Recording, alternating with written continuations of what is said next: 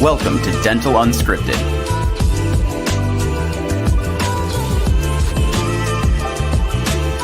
where Mike Dinzio and Paula Quinn break down the practice ownership journey, one episode at a time.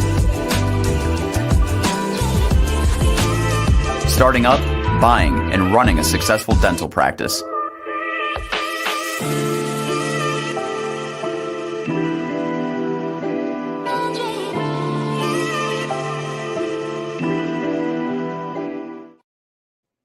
What up, guys? Hey, my name's Mike Dinzio. As you all know, this is another amazing episode of Dental Unscripted. As you all know, I'm one of the co-founders of Next Level and a co-host of this amazing program called Dental Unscripted. You guys, for you followers, thanks so much for tuning in to another episode. And if you are following the program, you know that we're literally right in the middle of Dental Shark Week. And I'm super excited. This is something that we do typically every year around the time of Shark Week. And we pick a topic that's kind of a hot topic. And this year, it's all about construction. So for those of you that are thinking about a startup or in the middle of a startup or thinking about a major expansion in your office, you are not going to want to miss this week as we break down the topic of construction. And I'm super excited to keep this topic going here. So without further ado, I'd like to introduce my friend and partner in the community, Kenneth Ackerman with Accurate Construction. Kenny and I have done a lot of projects together. Welcome to the show, Kenny. Thank you, Mike. Thanks for having me. Yeah, man. So this Shark Week, we really pick topics that have a lot of conversation about that. As a consultant, I think the first Shark Week was all about real estate. The second Shark Week was all about practice brokers, brokering practices. Construction's a very, very important topic for startups. And I'm excited because this week is just a bunch of knowledge from the best contractors in the country, all kind of spinning their own flavor on it. And we're lucky to have you, man. Tell me a little bit about Accurate Construction. I know you serve the amazing state of Florida. You do a great job there. We've done a lot of projects there. Tell me a little about the company, how it started. Just kind of give me the high level, your company and who you guys are. So basically, we're based out of Tampa, Florida. That's where our hub is. My father and I, Kevin, own the company. We're pretty much definitely family owned and operated. For good, for better, for worse. Sometimes, we're hands on all the time. So that's kind of how we run it. We have a close group of subcontractors we work with throughout the state. But predominantly, a lot of our work is in house. So we have all of our own carpenters. We recently, within the last 5 years, got our plumbing license. So we're our own plumbers, framers, hangers, all that good stuff is within the Accurate umbrella. Wow. What that allows us to do is be extremely aggressive on timeline and product placement. So we make sure that your vision, especially in a startup, because it's going to be somebody's first time doing this, we want to make sure no stone is left unturned. We kind of think for them in that sense, getting them down the road. Well, we're based out of Tampa. We service the state. I would say a predominant amount of our work is in the Tampa Bay and Orlando market currently. But needless to say, areas like Jacksonville, Fort Lauderdale, Naples, those areas are all growing, and we're starting to see project uptick in those areas as well. That's awesome. It's a big state to service, man. I hats off. I know scaling into other different markets is challenging, especially for construction. So it's super cool to hear, man. Well, awesome. I mean, I think one of the things that's really unique is you guys' ability to keep things in-house. So we're going to definitely touch on that here in a little bit. I don't think that's a normal thing for contractors to have a lot of in-house stuff. So let's get into that. I'm going to mark that as a topic for later, but I'd like to kick us off with kind of like how, like when you're looking at a startup, because a lot of our viewers, listeners are startups thinking about getting into ownership. And, I was an ex-banker, as you may remember or know, and, lending is kind of sets the tone for how much money these guys can spend. Construction has been so expensive by inflation and labor and all and every market's different, which is why I'm really excited about Shark Week, because you guys are all kind of in different markets and have different flavor for this situation. But like everybody kind of runs their business a little bit different, and every market runs the flow a little bit different. How early on do you like to get involved to start with the planning, the due diligence process? Like what in your mind it sets up a dentist the best way when getting a contractor involved soon, or how soon? Like what's the answer there? How quickly do you want to get in? I think the best position to be in as a contractor client relationship for the overall project, to incorporate all those things that you're talking about, is to get in when the client has a couple of spaces that they picked out. So basically what that looks like is the client would have already gotten in touch with the bank, kind of figured out what their budget's going to be. They got with their agent. Their agent's going to tell them, hey, these are the spaces that are available. Now I think it's a great opportunity to be linked with the contractor. And what that does is that allows you, the earlier the contractor can get in and you're comparing spaces, it allows the contractor to go, okay, space A, here are your challenges versus space B and space C. Sometimes it's a little too early if the designated areas haven't been located. Sometimes a contractor is just another person in the tent that maybe doesn't need to be there that early. Yeah. But I think once you get the bank on board, once the agent goes, hey, we have these couple spots located, I think that's a great time. Nothing is signed from the client perspective, so you can really compare and contrast, because ultimately it's going to come down to the budget. And, you want to make sure you align all those things. And I think that would be a great position to be in. I love that you said that, because, everybody wants to get introduced, like as a consultant, everybody wants to be introduced like very, very beginning of the process of a startup. Like, hey, I'm the marketing company. I think I should be involved because I'm the best guy ever. And then even the equipment guys, and gals, they want to be, everybody wants to be in the front. Let's just put it that way. Yeah. But if the show has educated enough folks, it's really, there's key players in the beginning of the process that need to be part of that process to set the doctor up for a successful project. And absolutely. And you said it, banking, of course, nobody wants to work for free. You need paid. Everybody needs paid. So it makes the client feel great that a bank's behind the project. That's kind of step one. Step two, of course, is real estate. My favorite thing that you said there was couple spaces, 3 spaces. Let's bring the contractor in and get their opinion. Is that something that you guys do in Florida a lot, is really honing in on multiple spaces and comparing them? Because I find that not a lot of real estate folks love making multiple offers. It's a lot more work for them. There's a lot, you know what I mean? So what's your take? I mean, it sounds like you're pretty big on going into multiple spaces. You don't have a contract with the client yet, and you're helping that client really make the best decision for them. I love that. So is that something that you guys do quite often? Yeah, I believe that's part of building the relationship with the client. I think that's a huge thing, because it's easy for us to kind of sit back and say, okay, call me when you have your plans and your spot picked out. We kind of try to get it on the other end and build that relationship, so there is that camaraderie early, so they can build the trust, because, telling them what they want to hear is sometimes harder than people think. Versus, hey, I love this location. Or telling them what they don't want to hear. Exactly. That's what I meant. Yeah. What they don't want that's hard. Yeah. And I feel like, before everything's signed, that's the position to do it. And there's a little bit of, there's extra effort on our portion. Like, we don't know if they're going to sign with us. We don't know if it's going to come.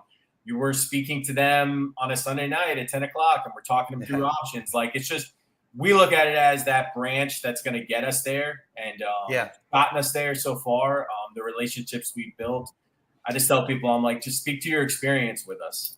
So Kenny, to that point, and I love that. I just want to make a note real quick. A lot of people do a lot of things before they get hired. And I want to make sure that the audience, the listeners appreciate that and don't take advantage of that. It doesn't necessarily mean that you're going to hire Kenny 100% of the time, but Kenny knows he's not going to win every deal. Everybody, he knows that. But I do want people to appreciate that consultants, equipment reps, contractors, real estate people for sure, bankers, they're going to put a lot of time into you before anybody makes any money. And I think that's really important, because if you take advantage of that situation, can burn some bridges in the industry, whatever, it's better to have a great team helping you make these decisions, and just appreciate the fact that they're giving their time, donating their time. So I just wanted to make that note. But real quick, what are some of the things then, since you're helping them look at different spaces, what are some of the things that like help you decide, okay, this is a good space, this is going to be a challenge? Like, what's that sound and look like? Like, what are those things that you're looking at in that due diligence process? So a lot of it is power, electrical to the building. When I go in there, there's a checklist we go through. Usually electric is up at the top. Usually newer buildings, it's a little more cut and dry. During acquisitions and remodels, sometimes it's a little more difficult because we're trying to figure out how to build this without having like kind of a ground floor to start with. So getting in there, power, parking's a big one. We want to make sure there's parking. Basically, when I'm going into it, I'm looking at from the outside in. So if usually we kind of have a precursor, is there going to be exterior work needed versus interior work? Usually that's budget driven, stuff like that. But our biggest thing is interior wise is power. It's going to be your HVAC system. It's going to be your plumbing. It's going to be those nuts and bolts. The big expenses, the things that are going to be like, holy crap, like that power panel is not going to support you. So who's going to basically who's going to pay for that? Exactly.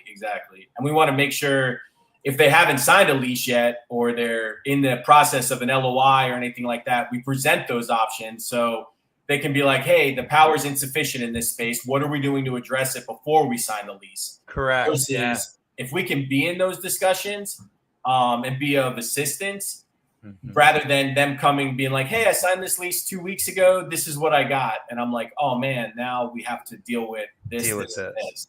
Yeah. I'm pretty like surprised by how many calls I get throughout the year of folks trying to negotiate their own deals. Yeah. And of course, my first response, whoa, like, let's get some people involved here, because I don't know what you're doing. Well, it's a great deal. And the landlord said he didn't want anybody involved, and he's giving me a great deal because no one's involved. That's a red flag, folks. It's a red flag. They're doing that on purpose, so they know what they're doing. Okay. So that's really great information. Of course, that's something that not a lot of people can do. Your real estate guy can't do that. Your contractor can't look at the power panel and determine that. They can't look at the HVAC. So it's obviously a really good thing to get a contractor involved early on in that site selection. And what I heard was not only to help you pick the right space, but really to negotiate your best deal with the landlord. Is that, do you find that you collaborate with those real estate guys a lot to help you, to give the real estate guy or gal ammunition? I assume that's where that's going when you find something that's a potential issue. Yeah, 100%. I mean, we want to bring those costs. We want to bring those items up. We want to associate a cost with those items so they can be discussed at this point in time. Back to your point, if they're representing themselves and they, believe the landlord has their best interest at heart and sign a lease, I find us working uphill at that point. Now we're up against the budget. Now we're up against the timeline for things that should have been deemed in negotiation of an LOI versus, now it's like, hey, you signed it. How do we figure a way out of this? And at that point, we're taking portions of their budget that could have been used for the practice and using it to, enhance the utilities that are on the site. And it puts us against it. So you're probably putting a chicken scratch kind of value to a deficiency, so that the landlord can potentially pay for that, so that it doesn't come out of your bank loan or maybe TI allowances. And that's the dance. That's the real estate person's dance. But without that information, it's not much leverage. Let me ask you one more question on due diligence, and we'll move on. I want to talk a little bit about your collaboration with designers and architects next. But before we move on, like, I've been seeing this kind of trend where real estate folks don't want to bring contractors in too soon. I'm always a big fan of that. That's why I asked the question, and I knew you would probably answer it that way, get you involved as soon as possible.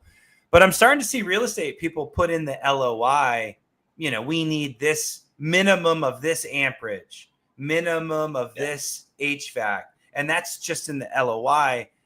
And I feel like they're doing that so that maybe we don't need to bring the contractor in, but they're covering their bases. Is there any pitfalls with that? I'm just curious. Like, I would have to imagine that there's got to be some pitfalls to that. Am I making sense when I'm asking you? It's signing a lease, as is. Putting those there definitely has benefits. But sometimes there are caveats to that. Sometimes it depends on single phase power versus 3-phase power. So for example, if you were going to do, hey, we want a minimum of 200 amp power. Okay, that's single phase, then that's going to be insufficient for an office that's 1,500 or bigger. So those are things that we would see and be like, hey, you need 400 amp single phase power, stuff like that. So I think the boilerplate stuff is fine for general, and it gets you started down that road to see the temperament of a landlord with the negotiation.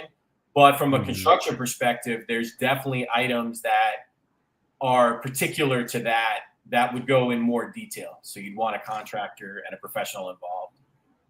I've always found that, like, if there's a deal point that needs to be ironed out, it's best to get it ironed out on the front end. Then you strike a deal, landlord thinks you're good because he or she, landlord, sees that 200 amperage should be fine. They don't know anything about dental.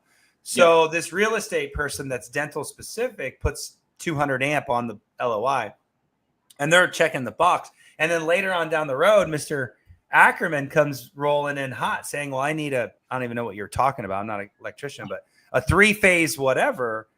Landlord's probably going to be like, what the hell? And we already agreed. Now you're going back on that agreement. So I guess all to say, get that contractor involved early, because there's just things that I think need to be flushed out before you get to the finish of the LOI. Now, I think that's what we're ultimately saying. All right, so let's move on. I want to talk a little bit, and just so you know, Kenny, I'm kind of like with you. I wanted to really stay in the front end of the project. I'm going to get to the back end of the project with some of the other interviews this week. Okay. And so this is great. Let's talk a little bit. Let's talk some on the designer architect collaboration. I feel like lately in the marketplace, this design build concept is really working well. There's a lot of conversations about it in my world. Should we hard bid? Should we do some kind of design assist or design build? We've defined that in other episodes. Kenny, ultimately, I think it all is around budget, right? It all comes down to budget and speed. Where do you kind of fall in the spectrum of what the best way to go about this? What's your take on it? I don't think there's a wrong answer here, but what's your take? So there's definitely two different processes. We're a design build firm, meaning I have an architect in-house. So what that means to the client is basically we could find the space, design the space, and take that to permit. With all that in mind, I like to start with the budget. So we go, okay, we have X amount to spend here. We're going to design this space to incorporate all these items that are pertinent to your build. So be it, accent walls, design, flooring, and stuff like that. Like those can be implemented while we're drawing it. So when we get the end result, and there's a collaboration during this whole time. So we're running things by them. We're designing it together. And then by the time we get that finished print and we're submitting for permit, everything lines up. So we designed this with that budget in mind. And then we take it to permit, and then we carry it out. The flip side of that is a hard bid process, which is the doctor will go get an architect independent of us or independent of any GC. And they will allow the architect to design and build the office, and then they'll submit that to general contractors for a bid. The problem I find with that is they fell in love and they did all this due diligence with the architect, and then they're getting numbers on the other end that aren't in collaboration with their budget that's assigned to them. So what that means to the client is we have to call, in the industry, it's called value engineering. So for example, if they design the reception area a certain way, we go, okay, this is 7 stones of granite. This is going to exceed our budget. Why don't we design it this way? And normally clients are up to that, but it just adds time to the whole process because now a lot of pain too, right, Kenny? Because I mean, I want to paint a picture. You did a great job explaining that. I want to paint a picture to the clients, to the listeners. The very first thing that designers, architects do, and I'm not against design architects, so please do not get me wrong. This is Shark Week, general contractor style of a whole week. Of course, you're going to hear a lot of design assist or design build, which Kenny is a design builder. You're going to get that perspective. I wanted to point out the fact that there are challenges with a hard bid, and Kenny just broadly brushstrokes on those challenges. But I want to back up for a second. Imagine a world where the designer, architect, space planner, interior designer, whoever, sets up a call with you, doctor. And they're like, hey, I want you to start thinking about your vision for the practice. I want you to set up a Pinterest and start pinning a bunch of images of what you want. And I don't know, folks, if you've ever spent any time on Pinterest, but there's some amazing shit out there that is really attractive. And so here you are with your phone. You're like, holy crap, I love that front desk. And holy crap, I want a lot of glass. And I want this and I want that. And oh my God, look at the texture on the wall and blah, blah, blah. So next thing you know, you're sending this Pinterest board to your interior designer, architect, space planner, whatever you want to call them. And guess what? They were hired by you to recreate a lot of that. And they very rarely ask the question, what's our budget? Yeah. And so the poor contractors have to deal with this where they're the bad guys. So now, like Kenny said, you go to a hard bid because the designer architect just designed this incredible space, the brainchild of Pinterest, right? And then Kenny, you're the bad guy. You're like, damn, Kenny, you're $500,000, $600,000, and you're like, yeah, like, so Kenny, give me some like back to kind of plans, permits. If we can be smart about it on the front end, you asked about budget first, and I love that because I'm an ex-banker, I'm a consultant, I want budget first. Yeah. But of course, the doctors are really nervous about you just jacking up your margin. That's the flip side is we don't know what your margin is.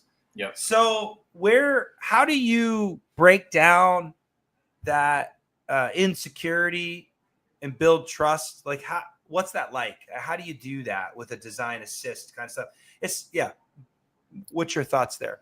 I try to find what's important to them and what their vision is. So normally we try to focus on any patient areas.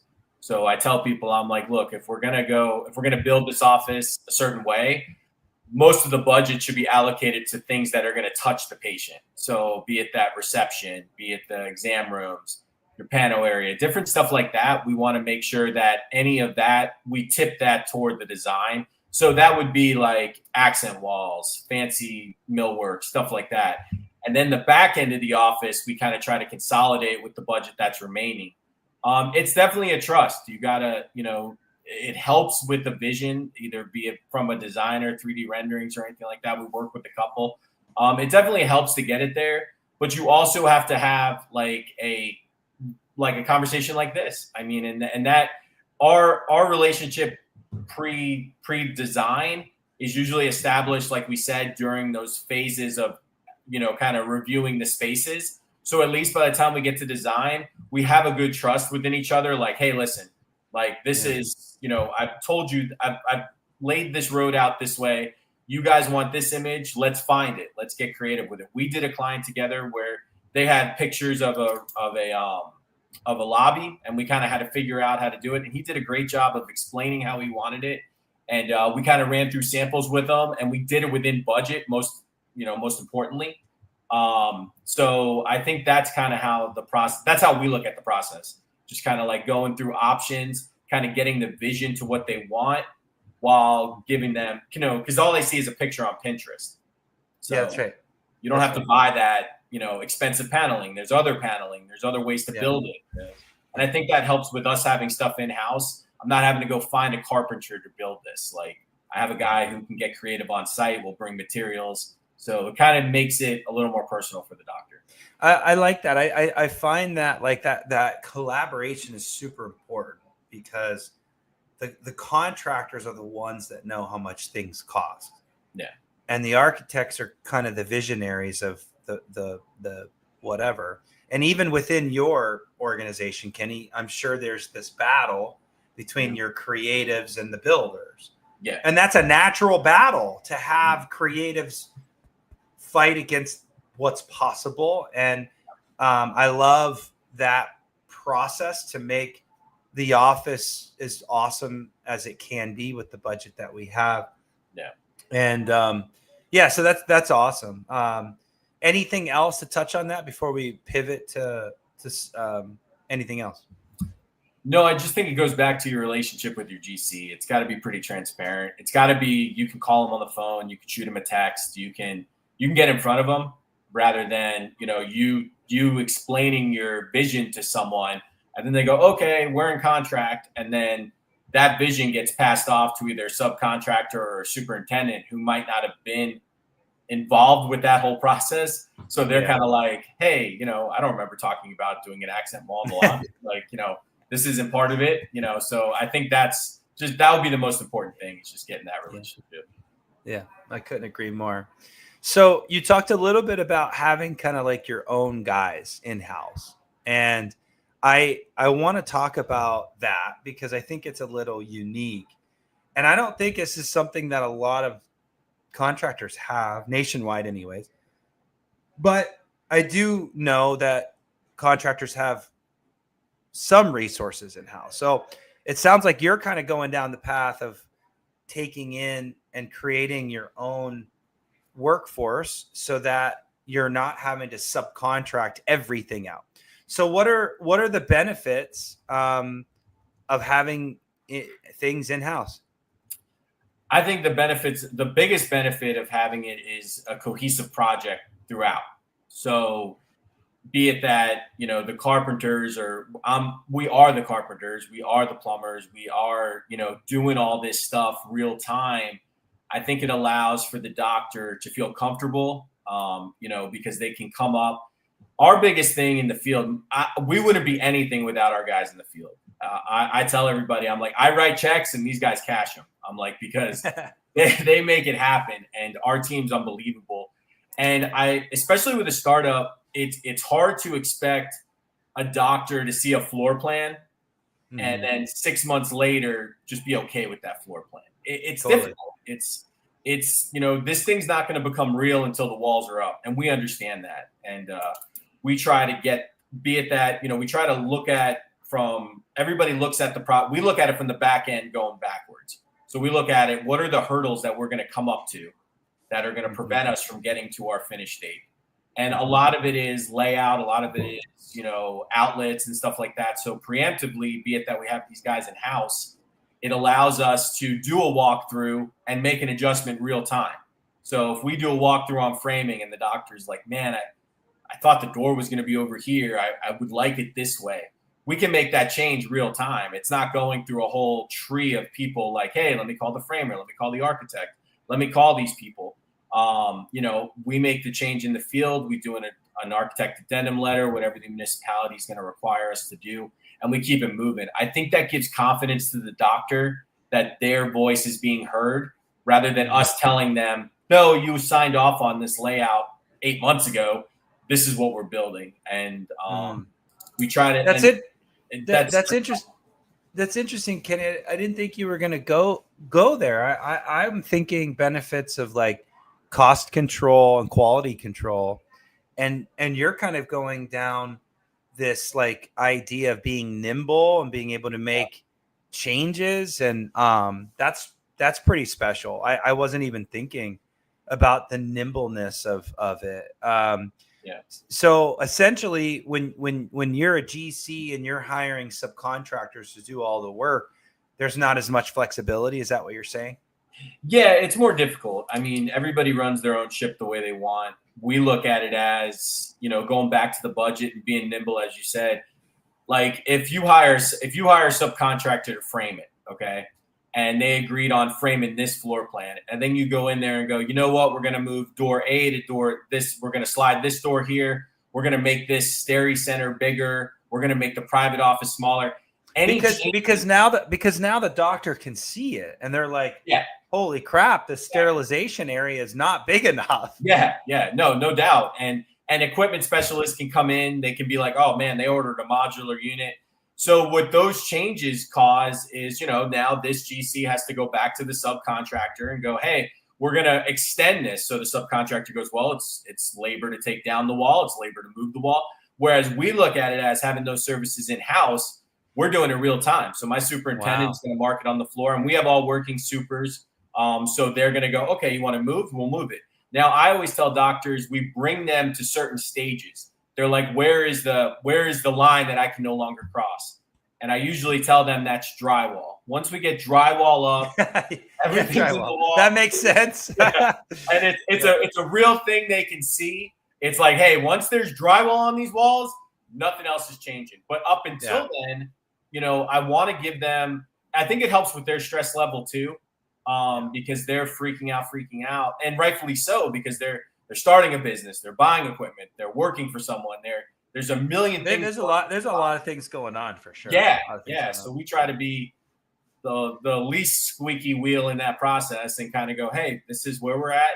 Some clients are like, hey, we're good. Some clients are like, oh my God, I can't sleep. I'm like, let's meet on site. Let's talk this out. So that's such an incredible service. I can't say, folks, listeners going to work right now, I can't say that that's going to be atypical for most contractors. I think that is definitely something that's unique. But this concept of having things in-house, that might be a question. That's what I'm going to pivot as we kind of wrap up our questions today and let Kenny go build some more projects. But like my next question is kind of like, my next question for you is what questions to ask the GC before you hire them. I'm asking everybody that. That's one unique question I'm asking every contractor this week, because I feel like doctors don't really know what questions to ask you guys. Yeah. And let's say your competitor is talking to a dentist right now and you'd love a shot to win their business. Think of it from that perspective. Like, what are some good due diligence questions for the dentist to ask you before they go into this relationship? One of those questions should be, do you have any services in-house? Because you just did a beautiful job of explaining the benefits of that. But what other questions could we ask a contractor before we hire them to make sure it's the right fit and maybe that they have the right experience for the job? Yeah, no doubt. What I would ask first is, are they licensed or are they qualified? And what that means is there's basically in the state of Florida, especially, you can be qualified by someone else. Meaning, so if I didn't have a CGC license, I could borrow someone else's CGC license and do the work. So that would be the first question I'd ask. I'd ask, hey, is your name on the CGC license? And when I look, and that's easily accessible. The doctor can look it up online.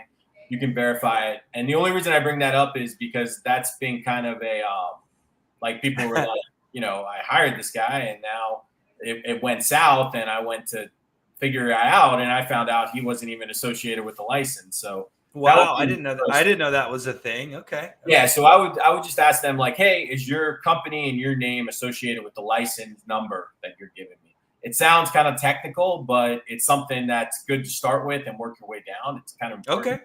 A lot of cowboys out there. A lot of cowboys out there. Okay. Secondly, I would ask, going back to the in-house services, how do you farm out your work? How and what does that process look like for me as the client? So do you have in-house services? Are you my point of contact? Do I have any opportunity to make edits or changes once this process begins? What does that look like? Because I think that's the biggest thing with a startup is knowing that going forward. Because I think that's a big kind of bait and switch. Like, like you fall in love with someone and you think, okay, yeah, this is going to be great.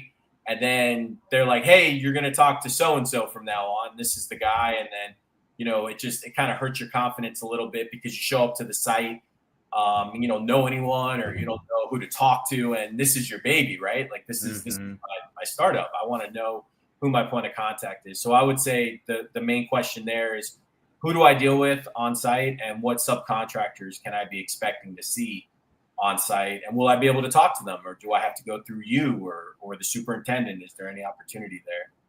On that one, sometimes contractors have their subcontractors spread too thin, where they might be managing too many projects. So that might be another solid question to ask.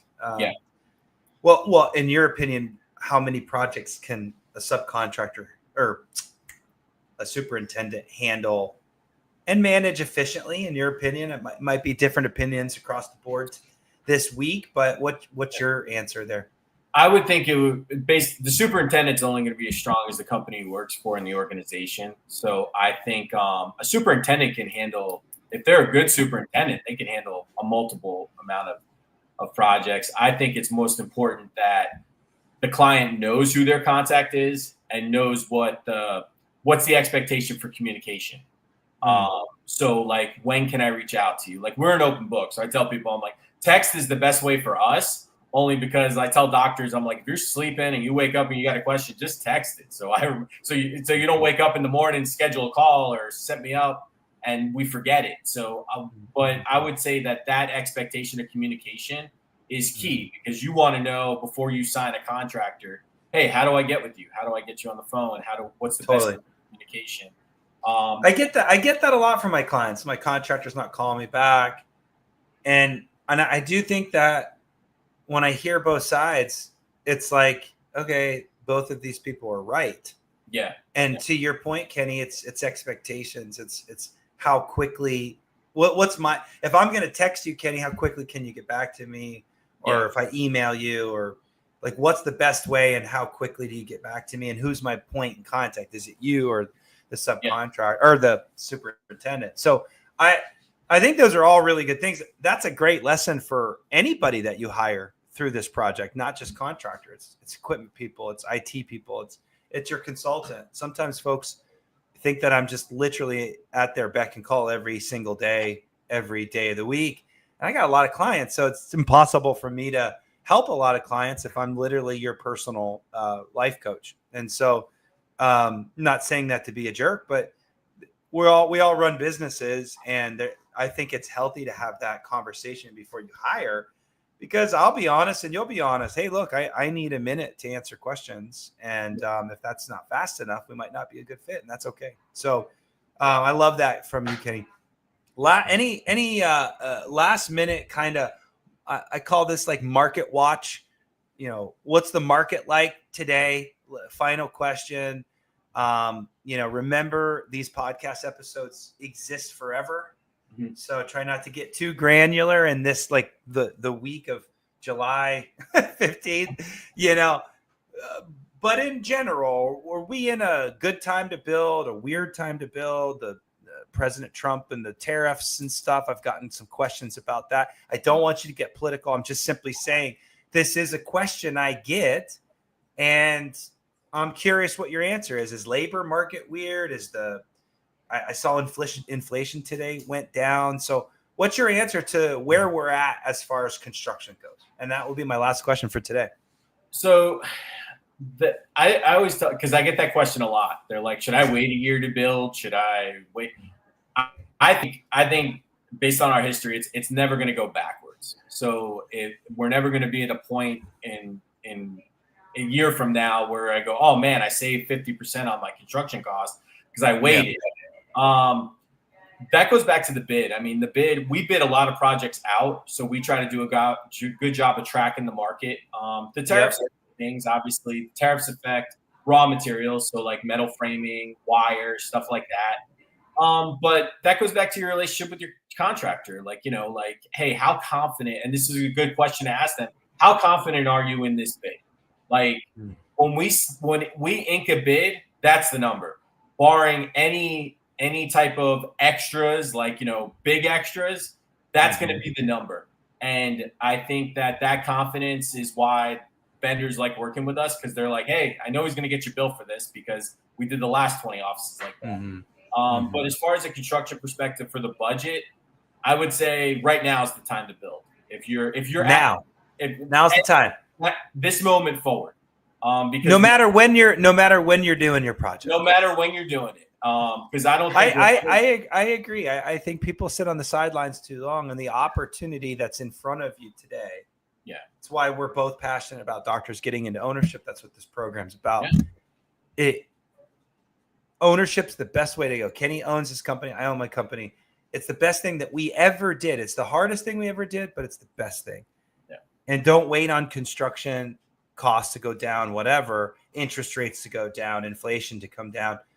You're never going to time it right. You're never going to time it perfectly. I was just, I was just curious about materials and whatnot, but I think you answered that really well. Any last minute or last topics, things that you really wanted to get off your chest today before we sign off on Dental Unscripted Shark Week construction topic?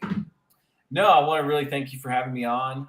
It's an exciting market. I would just tell people out there trying to get this ball started, make sure you put an effort into establishing a relationship with your GC. I think that's the biggest caveat that people don't do. They kind of just look at a number and they don't put a face to a number.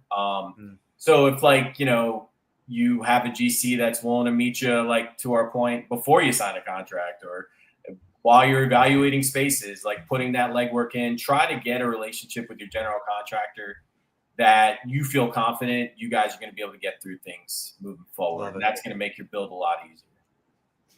I think that's solid advice, Kenny. I love working with you. You guys do a great job down there in Florida.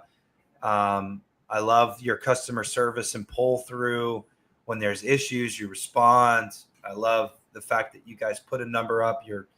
That's your number. I love that you collaborate and try to work with the budgets. It's all good stuff. It's why you're on the program today. I do endorse you guys, and congratulations on building a phenomenal company and doing right by all of our doctors out there. So thanks for being on the program, man. No, thank you very much. I appreciate it, Mike. It's always great to see you, and I look forward to many more, man. You do a great job. Yeah, no, appreciate it, brother. All right, another episode of Dental Unscripted Shark Week. Appreciate your time, guys. And I want to remind you, if you're listening to the podcast, will you please do me a solid here and just give me a 5-star? You don't even have to say anything. Just rate us, 5-star it. We need to get our rankings up. I think I get feedback every single day on how much you guys love this program. And then I think we've got like 10 5-star reviews. Like, what? I know there's hundreds out there. Will you guys please help me out and do that? That's my only ask, and we will continue to put out great content like today and having amazing interviewers like Kenny Ackerman with Accurate Construction. So thanks again for tuning in. We'll catch you later this week on another episode of Dental Unscripted Shark Week. Talk soon, guys.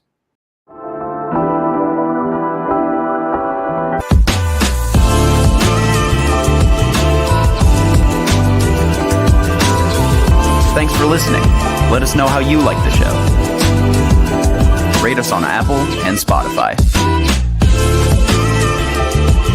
Subscribe and follow for more.